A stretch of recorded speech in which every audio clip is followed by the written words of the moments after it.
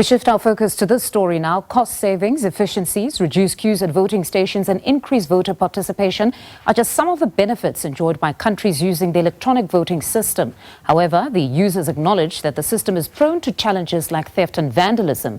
Its vulnerability to hacking and low level of trust in internet voting by users or by voters are also a concern.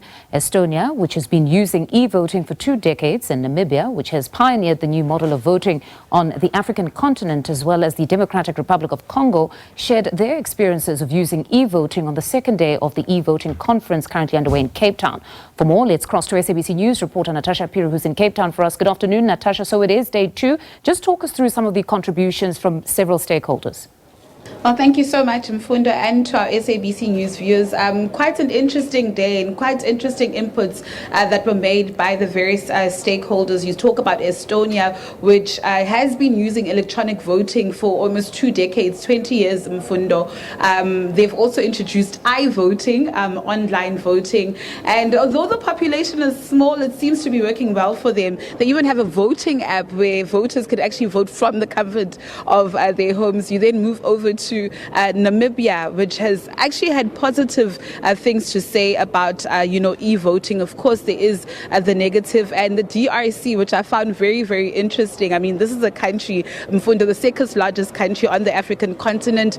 If you're a voter in the DRC, you'd be subjected to going through 30 pages of a ballot paper, and of course, over 1,500 candidates that you have to choose. And of course, e-voting has helped them. But of course, the DRC also saying that this e-voting system is prone to cyber attacks. So let's just take this conversation to the FF+. We've been getting various views from various political parties, and now we're joined by Mr. Peter Deneka. Peter, thank you so much for joining us on SABC News. I think quite an interesting day about e-voting. I know some political parties also have their reservations, but you yourself as the FF+ actually do use e-voting. Tell us more about that.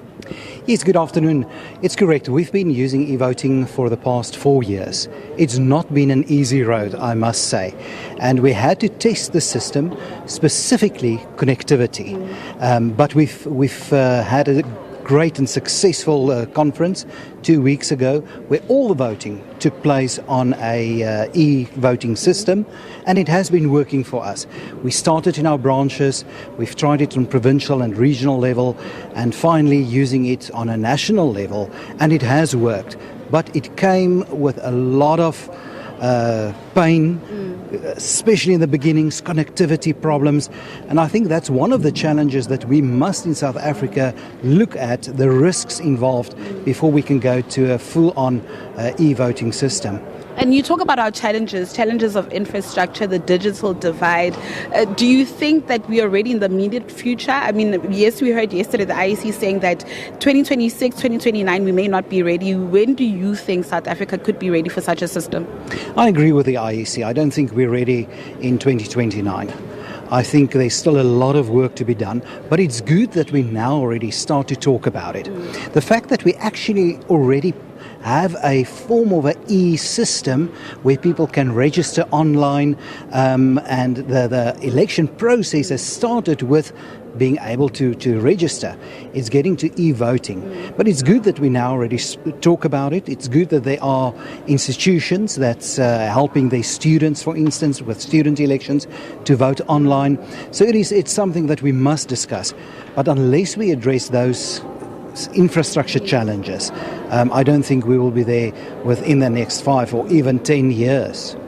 Before we move to our next guest, I think lastly, also there's this confusion among South Africans and some guests that I've heard inside about e-voting and i-voting, internet voting. They are not the same. Just take us through those distinctions. Yes, it's definitely not the same. I think what people misunderstand when we talk about e-voting, it's an electric form of voting or electronic form of voting. We are making use of an electronic system. Whether the data be saved on that one system or whether it's connected to a cloud system, where internet voting is where you sit in the comfort of your home and you actually vote there. And that's 2 different things. And there are some countries where they have that luxury, where you can lie in bed and vote. Yeah. We've had some interesting discussions today on how they do that. But for South Africans, we still need to go and queue. You still need to prepare yourself to get up, go and vote before you can go and braai. Peter, thank you so much for your time. Funda, I just want to bring you to the fun parts now of this electronic system. If I'll just bring in my next guest, Mr. Brian Phiri, and he'll show us how his e-voting device, electronic device, actually works. So, Brian, thank you so much for joining us. Very much, I appreciate it. So just take us quickly through your system. You've got a minute or so. No worries at all. We can certainly, go through this process right now. This is a electronic balloting device, meaning that voters are able to come into the voting location, get their particular ballot, be able to mark their ballot all the way through the ballot. You hear some audio in the background. That's because if you're blind or if you have a disability, you can put on headphones and be able to vote independently and privately all the way through the process. The voter can go through, mark their ballot, go through the next contest here. I'm going to vote for Peppermint Crisp Tart there, and I'm going to go ahead and review my selections. Everything looks good. I'm going to print my ballot. So you have the combination of electronic voting. At the same time, you have the capability of being able to print your ballot. Okay. So it's the ability of having the benefits of electronic, but the reliability and the trust of paper here to modernize voting in South Africa. Yeah.